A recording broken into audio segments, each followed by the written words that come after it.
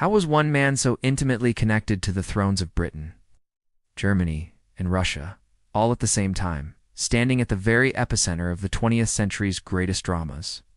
In an era before 1914, European royalty was, in essence, a single, sprawling, and often dysfunctional family business. At its head sat the matriarch, Queen Victoria, the grandmother of Europe, who had strategically married her children and grandchildren into every significant royal house on the continent.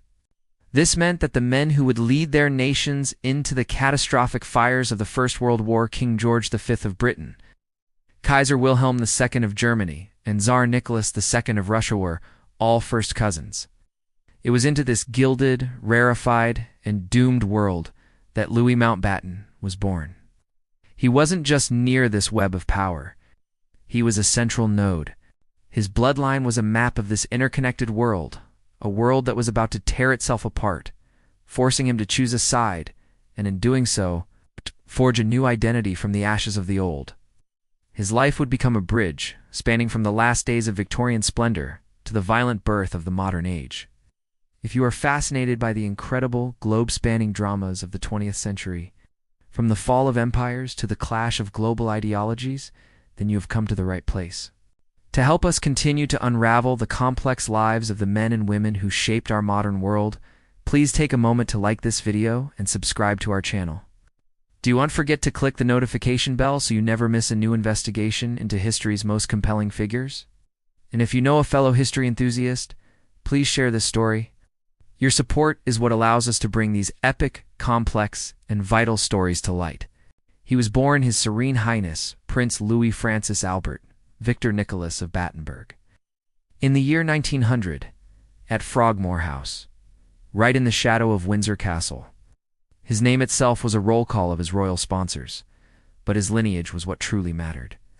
It was a dense, overlapping map of European royalty. His father was Prince Louis of Battenberg, a distinguished German prince who had, decades earlier, become a naturalized British subject and dedicated his life to serving Britain in the Royal Navy. His mother was Princess Victoria of Hesse and by Rhine, a German princess whose own mother, Princess Alice, was the second daughter of the most powerful monarch on earth, Britain's Queen Victoria. This made young Dickie, as he was known within the family, a great-grandson of the grandmother of Europe, placing him firmly within the intricate and soon-to-be warring family web that dominated the continent. The connections were almost impossibly grand and stretched to every corner of the continent. His mother, Princess Victoria, had a sister named Alex. This Aunt Alex was none other than Alexandra Fyodorovna, the tragic and fated Empress of Russia, wife of Tsar Nicholas II. This made Mountbatten a first cousin to the doomed Romanov children, including the Tsarevich Alexia and the Grand Duchess Anastasia, all of whom would be murdered in a basement in Yekaterinburg. His German connections were not just strong, they were his very identity, the root of his family name and title. The Battenberg name came from a morganatic branch of the House of Hesse-Darmstadt. He was, by blood, a German prince related to the Kaiser and a regular visitor to the courts of Germany. In the idyllic Gilded Age, before 1914, he was the very personification of a pan-European, transnational nobility, equally at home in London, Darmstadt, and St. Petersburg. Why would a prince, proud of his heritage and lineage, willingly give up his German name and title, the very things that defined his status in the world? Because in 1917, having a German name was not just unfashionable, it was profoundly dangerous. The First World War was in its third bloody year, and the initial patriotic fervor had soured into a grim, bitter war of attrition. Millions were dead. In Britain, any and all things German were viewed with suspicion, hatred, and fear. This wasn't just a political disagreement. It was a total existential conflict against an enemy that was quite literally dropping bombs on London from new. Terrifying Gotha bombers, a name that sounded uncomfortably close to the king's own. During the darkest days of World War I, anti-German sentiment in Britain reached a fever pitch of hysteria. It was a wave of popular xenophobia that the government and the monarchy could not ignore. Shops with German-sounding names like Schmidt's or Weber's were vandalized, their windows smashed, and their contents looted by angry mobs. Even dachshunds, the German dogs, were reportedly kicked in the streets. This popular fury made the royal family's own German lineage a glaring, untenable liability. The family name Battenberg, which derived from a small town in Hesse, Germany, sounded unmistakably German. It was a toxic brand in a country that was sacrificing hundreds of thousands of its sons on the Western Front, and it put the family, particularly Mountbatten's father, in an impossible position. In 1917, King George V, a pragmatic and shrewd monarch, recognized the existential threat this anti-German sentiment posed to the crown itself. His own family name was Saxe-Coburg in Gotha, which was as German as it got. In a brilliant act of public relations and national solidarity, he issued a proclamation that his royal house would henceforth be known by the thoroughly English, castle-inspired name of Windsor. This royal decree forced all his extended relatives, many of them titled German princes living in Britain, to follow suit. They were ordered to renounce their German titles and adopt new anglicized surnames. For the Battenberg family, the solution was a simple literal translation. The German Berg means mountain, and Batten was the name of the town. Battenberg was thus strategically and officially anglicized to Mountbatten and 17-year-old. Prince Louis of Battenberg became, for the rest of his life, Lord Louis Mountbatten. The anglicization of the family name was the final step in a personal tragedy that had unfolded 3 years earlier, a humiliation that would define young Mountbatten's life. His father, Prince Louis of Battenberg Sr., was the head of the Royal Navy. He was the first Sea Lord, the highest uniformed position in the entire British naval service, a post he had earned through decades of brilliant, innovative, and loyal service. He was widely respected as one of the finest naval minds of his generation, but in 1914, as war with Germany became inevitable, a vicious, xenophobic whispering campaign began. Fueled by jingoistic newspapers and jealous rivals, they pointed to his German birth. They questioned his loyalty. Despite being utterly devoted to Britain, the public pressure became so great that to save the government from embarrassment, he was forced to resign for one reason and one reason only: his German blood. This forced resignation was a devastating and formative humiliation that burned itself into the memory of the 14-year-old Dickie Mountbatten. He watched his father, a proud, dedicated, and profoundly competent man, be cast aside. Broken by the very establishment he had served his entire adult life, he saw his father's career destroyed not by failure, but by prejudice. This moment of injustice ignited a fierce, lifelong ambition in young Mountbatten. He vowed that he would one day right this wrong. He joined the Royal Navy with an almost obsessive drive. To succeed where his father had been so cruelly cast aside, to rise to the very top, and to one day, against all odds, sit in his father's chair as First Sea Lord. The vindication of his father's name became his singular, guiding purpose. He was, by any measure, a golden youth. He was dazzlingly handsome, relentlessly energetic, and possessed an irresistible, almost overwhelming charm. He was intelligent, quick-witted, and, of course, deeply and profoundly privileged, with a royal pedigree that opened every door. But to his credit, Mountbatten was not content to simply coast on his connections. He rose through the ranks of the interwar Royal Navy quickly, but he did so by attaching himself to the future.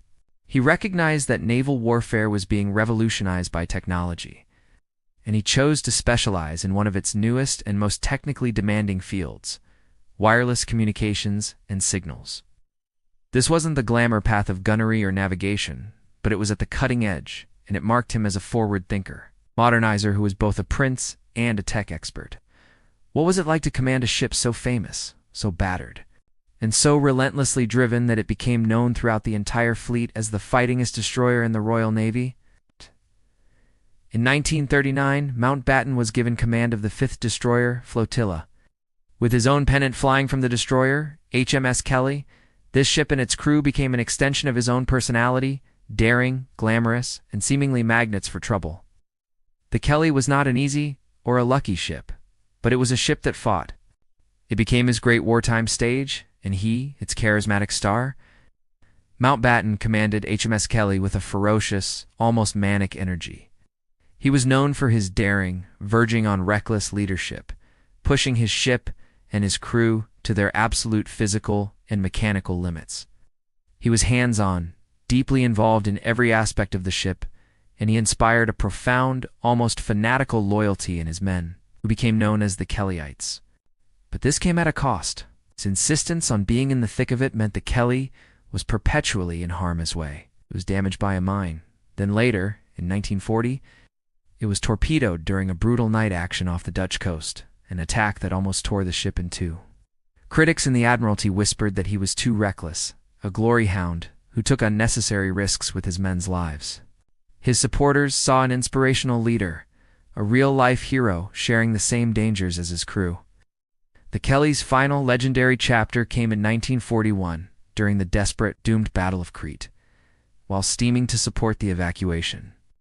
The Kelly and its flotilla were attacked by a swarm of German Stuka dive bombers. The ship, maneuvering at high speed, simply could not evade the onslaught. It was hit, and hit hard. It rolled over and sank in a terrifyingly short amount of time. Mountbatten, ever the charmer and unflappable aristocrat, was on the bridge one moment and in the oil-slicked, churning Mediterranean the next. He famously bobbed to the surface, helmet still on, and was one of the last survivors rescued from the water, clinging to a Carly float while encouraging the other survivors. This image, the aristocrat sharing the ordeal of his memoirs, immortalized in the Newell Coward film In Which We Serve, and cemented his status as a national hero. How do you coordinate a complex, high-stakes raid involving commandos? Sailors and airmen, three branches of the military that famously despised each other and refused to cooperate. After the heroic sinking of the Kelly, Mountbatten was brought ashore. His friend and patron, Prime Minister Winston Churchill, saw in him the perfect combination of energy, charisma, and most importantly, the high rank he was promoted to acting vice-admiral and royal clout needed to bang stubborn heads together. The war effort was being crippled by inter-service rivalry. Churchill needed a man who could break through this bureaucratic deadlock and pioneer a new, unified way of fighting. He needed a single command to focus on the hit and run, raids and amphibious technologies that would be essential to one day invading France. In 1942, Churchill, acting on this vision, made Mountbatten the Chief of Combined Operations. This was not a traditional command. It was part skunkworks, part trading party, and part think tank. Mountbatten was given a broad revolutionary mandate to pioneer new commando tactics, develop the specialized equipment needed for amphibious warfare like floating tanks and landing craft, and most critically, to force the Army, Navy, and Air Force to work together on joint operations. He was given a seat at the table with the Chiefs of Staff, a position of incredible influence. He threw himself into the role with his trademark manic energy, overseeing the development of everything from the St. Nazaire raid to the plans for the Mulberry Harbors, gathering a team of mavericks and innovators at his headquarters. This new role, however, led directly to the single greatest disaster of Mountbatten's military career, the Dieppe raid. In August 1942, Operation Jubilee, a major amphibious assault on the German-held port of Dieppe, was launched, primarily using the 2nd Canadian Division. The raid was an unmitigated, bloody catastrophe. The planning was flawed, the intelligence was poor, the German defenses were far stronger than anticipated, and the assault was crushed on the beaches. Of the 6,000 men who went ashore, nearly 4,000 were killed, wounded, or captured. As Chief of Combined Operations, Mountbatten was the principal architect and advocate for the raid. The sheer scale of the failure and the appalling cost in Canadian lives left a dark, indelible stain on his record. His defenders argued it was a necessary, if costly, lesson that paved the way for today. His critics accused him of sacrificing thousands of men in a badly planned, vainglorious stunt. How do you lead an entire multinational army in a theater of war so brutal, so disease-ridden, so strategically overlooked that its own soldiers bitterly nicknamed it the Forgotten War? By 1943, after the Dieppe disaster, Mountbatten was in need of a new command, preferably one far from London. Churchill, still believing in his man, decided to send him east. The China-Burma-India CBI theater was a strategic backwater and a logistical nightmare. The Japanese army, having conquered Burma, was threatening India. Morale among the Allied troops, who were plagued by malaria and felt abandoned by high command, was at rock bottom. They were convinced the Japanese soldier was an invincible jungle fighter. The entire theater was mired in defeatism and despair.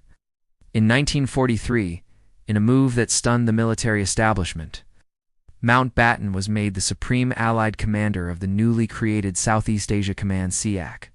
This was a promotion of staggering proportions. He was made an acting full admiral and given a title, Supremo, that put him on the same level as global commanders like Dwight D. Eisenhower and Douglas MacArthur. He was now in charge of everything all British, Indian, African, and Commonwealth forces in the theater.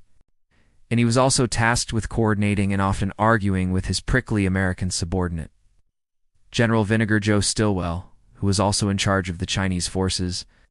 It was a political, logistical, and military powder keg, and Mountbatten, the glamorous ex-destroyer captain, was now expected to manage it all.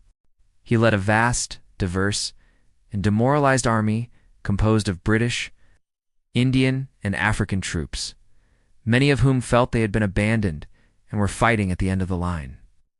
Mountbatten's genius in this role was not as a battlefield tactician. He left that too brilliant. Gruff field commanders like General William Bill Slim. Instead, his vital contribution was as a leader of morale. His charismatic high energy and glamorous leadership was the perfect antidote to the forgotten army's despair. He flew thousands of miles, visiting frontline units, giving speeches from the back of jeeps, projecting an image of total confidence. He famously told his troops, "You're not the forgotten army. The whole world is watching you." He was a showman, a royal, and a master propagandist, and it worked. By backing Slim's brilliant strategy, he oversaw the brutal campaign that finally stopped the Japanese at Impol and Koima and led to the triumphant recapture of Burma. Could one man, even a man with Mountbatten's supreme confidence and royal pedigree, really untangle 300 years of British imperial rule in India? A subcontinent of 400 million people descending into chaos in just a few short months. This was the impossible task handed to him after the war. The new Labour government of Clement Attlee was committed to granting India independence. But the situation on the ground was exploding. The British civil service was collapsing, and the two main political factions, the Congress Party, led by Jawaharlal Nehru and Mahatma Gandhi, Gandhi and the Muslim League, led in an iron-willed grip by Muhammad Ali Jinnah, were at a violent, unbridgeable impasse. The previous viceroy, Lord Louis, had failed to find a solution, and the entire subcontinent was teetering on the brink of a catastrophic civil war. In March 1947, Mountbatten was appointed the 41st and final Viceroy of India. He was sent to Delhi with a seemingly simple task: to oversee a peaceful, unified transfer of power and grant India its independence. He was given plenipotentiary powers, making him a temporary, nor absolute ruler of the British Raj, with the singular mandate to bring that Raj to an end. He and his equally charismatic and politically astute wife, Edwina, arrived in the viceregal palace in a blaze of glamour and optimism.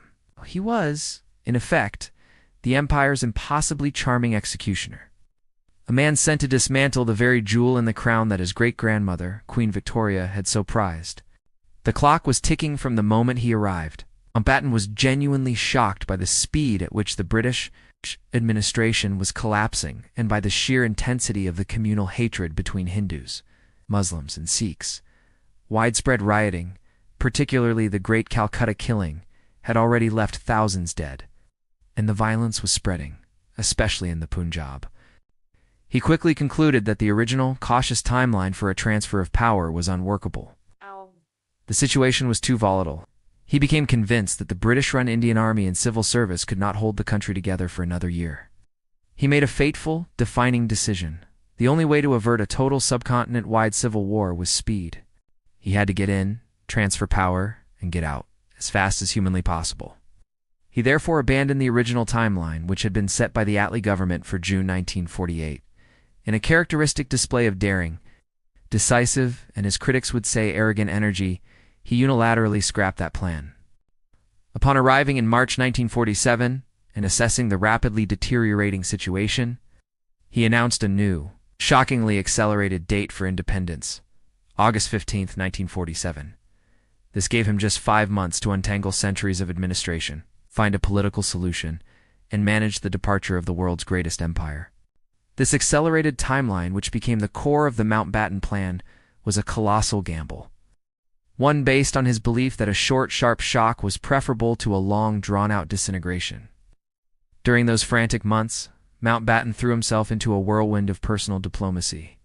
He and his wife Edwina cultivated a deep, immediate, and genuinely warm relationship with Jawaharlal Nehru, the charismatic leader of the Congress Party.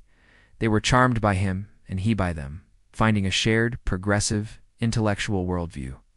This closeness, particularly between Edwina and Nehru, would fuel rumors of a romantic affair for decades. In stark contrast, Mountbatten found the Muslim League's leader, Muhammad Ali Jinnah, to be a cold, austere, difficult man. He was, in Mountbatten's own words, a psychopathic case. But Jinnah was also brilliant and intractable, and he would accept nothing less than a separate independent nation for India's Muslims, Pakistan. Faced with this unyielding demand and the threat of civil war, Mountbatten made the final monumental decision to partition British India into two new nations, India and Pakistan. What is the human cost of drawing a line on a map? What is the price of a political decision made in haste? For the people of the new nations of India and Pakistan, the cost was over 15 million people displaced in a single desperate migration and an estimated 1 million people dead, slaughtered in an orgy of communal violence. To create the borders, Mountbatten commissioned a British lawyer, Sir Cyril Radcliffe, who had never been to India before. Radcliffe was given just 5 weeks to draw the Radcliffe Line, which would slice through the ancient provinces of Punjab and Bengal, dividing villages, severing irrigation canals, and trapping millions on the wrong side of a border they didn't know existed. The accelerated timeline, combined with the administrative chaos of the British departure, meant that when independence was declared on August 15, 1947, the new borders were not even published. Law and order collapsed, as millions of Hindus and Sikhs fled west from the new Pakistan, and millions of Muslims fled east from the new India. They were set upon by rival militias. Mass violence erupted on a scale that is difficult to comprehend. Entire ghost trains arrived at their destinations, filled not with refugees, but with the corpses of men, women, and children. It was one of the largest, deadliest, and most traumatic population exchanges in all of human history. A direct, bloody consequence of the hasty partition. Mountbatten's legacy in India remains, to this day, fiercely and bitterly debated. Was he a pragmatic statesman, a charismatic hero who, facing an impossible situation, made the only logical choice, and, by his decisive speed, averted an even greater, all-consuming civil war that might have killed tens of millions? This was, unsurprisingly, Mountbatten's own view. His defenders argue he lanced the boil. Or was he an arrogant, inglorious viceroy, blinded by his own charm and his desire to return to England a hero? His critics argue that his arrogant haste, his personal and political favoritism towards Nehru over Jinnah, and his catastrophic failure to anticipate or plan for the violence of partition directly caused the catastrophe. In this view, he is not the man who saved India, but the man who broke it. While he was managing the end of empires and commanding armies, he was also playing a much more personal role. He was the uncle who shaped a future king. How did Uncle Dickie become the single most important and influential man in the life of the young Prince Philip? When Mountbatten's sister, Princess Alice, saw her family torn apart, her husband's family, the Greek royals, were exiled, and she herself suffered a severe mental breakdown. Her young son Philip was left adrift. He was a prince with no throne, no home, and for long stretches, no parents. Mountbatten, his ambitious and powerful uncle, stepped decisively into this void. Mountbatten took his young, exiled nephew, the blond and boisterous Prince Philip of Greece, under his wing. He effectively became Philip's surrogate father, guardian, and chief strategist. He saw in Philip a reflection of himself, a naval man, an outsider, and a royal. He guided his education, pulling strings to get him into Gordonstoun School in Scotland and, most importantly, into the Britannia Royal Naval College at Dartmouth, the same path he and his father had taken. He was the dominant male role model in Philip's fractured youth, providing him with a home, a career path, and, above all, a powerful, guiding ambition. How do you arrange a marriage that will define a century? If you're Lord Louis Mountbatten, you start with a game of tennis. With his own career soaring, Mountbatten saw an even greater prize, securing his family's legacy at the very heart of the British monarchy. He had the perfect candidate, his handsome, athletic, and dashing nephew, Prince Philip. The target, the young heiress to the throne, Princess Elizabeth. Mountbatten was determined to make this match, to graft his Mountbatten line directly onto the trunk of the House of Windsor. He was, in effect, a royal matchmaker playing for the highest possible stakes. In 1939, Mountbatten meticulously engineered the first meeting that truly mattered. The royal family, with King George VI, was visiting Dartmouth Naval College.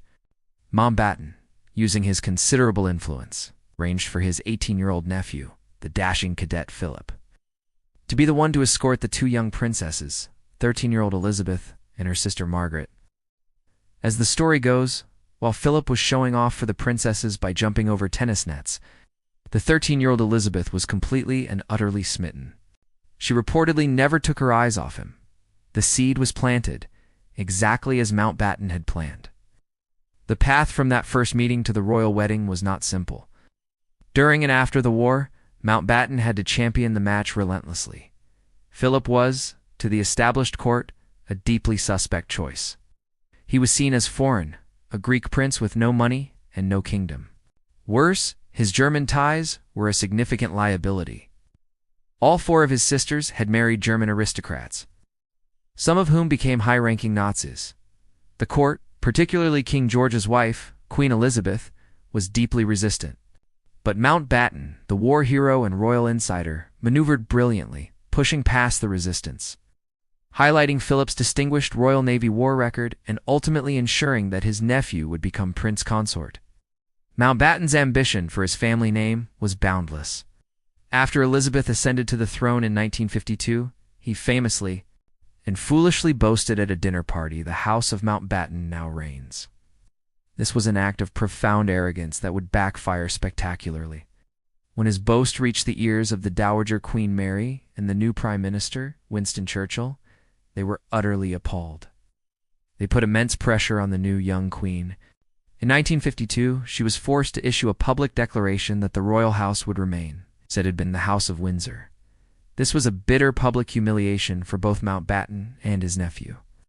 Prince Philip, who famously complained, "I am the only man in the country not allowed to give his name to his own children." He may have failed in his initial coup, but Mountbatten got the next best thing. In 1960, after the death of Queen Mary and the retirement of Churchill, the Queen, in a gesture to her husband, issued a new order. She declared that while the royal house would remain Windsor, her descendants, who were not in the direct line of succession, i.e., those not styled Royal Highness or Prince, would bear the hyphenated surname of Mountbatten Windsor. It was a partial victory, but one that cemented his family's name in the royal lineage.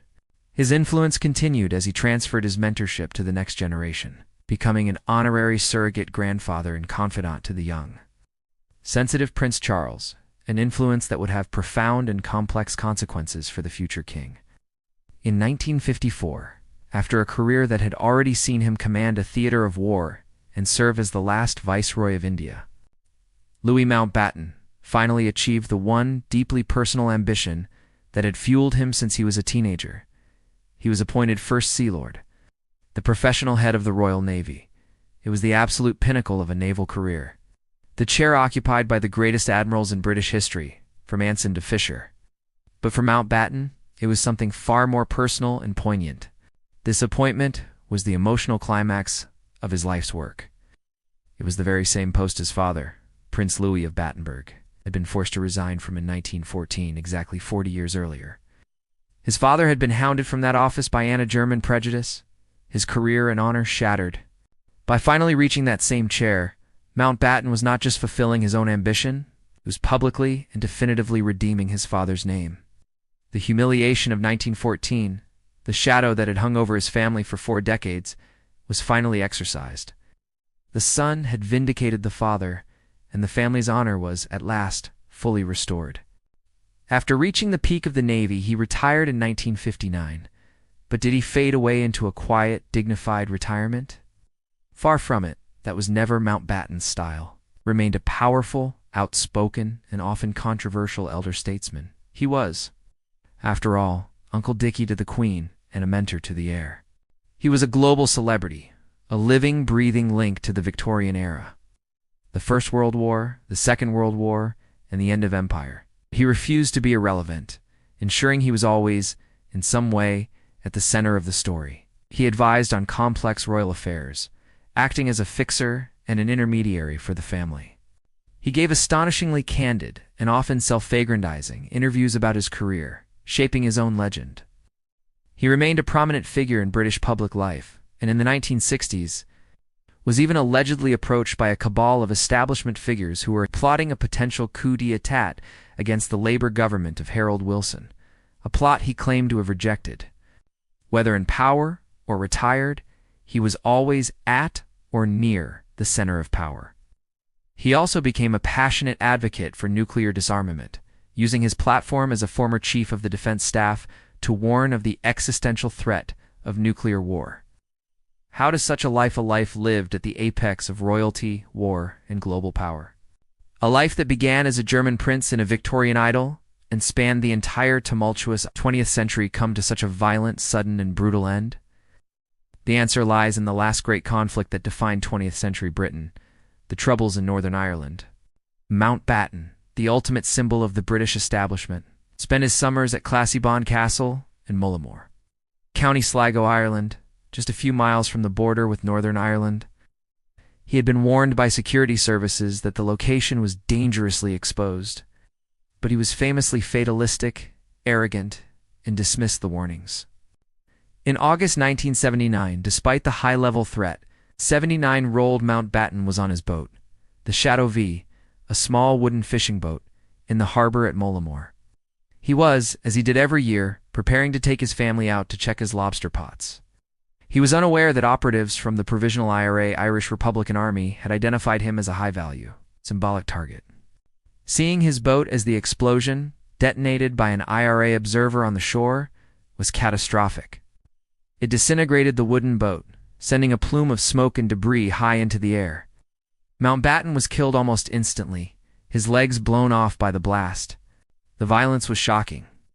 Also killed in the explosion were Nicholas Notchbell, his 14-year-old grandson, and Paul Maxwell, a 15-year-old local Irish boy who was working as a boat hand. The Dowager Lady Broborn, his 83-year-old daughter's mother-in-law, was pulled from the water alive, but died from her injuries the next day. The IRA immediately claimed responsibility for the assassination, releasing a statement calling it an execution of a war criminal and a symbol of British imperialism. It was a shocking, brutal act of terrorism that stunned the world, a violent, bloody full stop to the life of the 20th century's last great Supremo.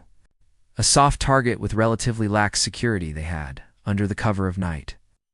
Planted a 50-pound, 23 kilograms radio-controlled bomb on board, hidden in the engine compartment.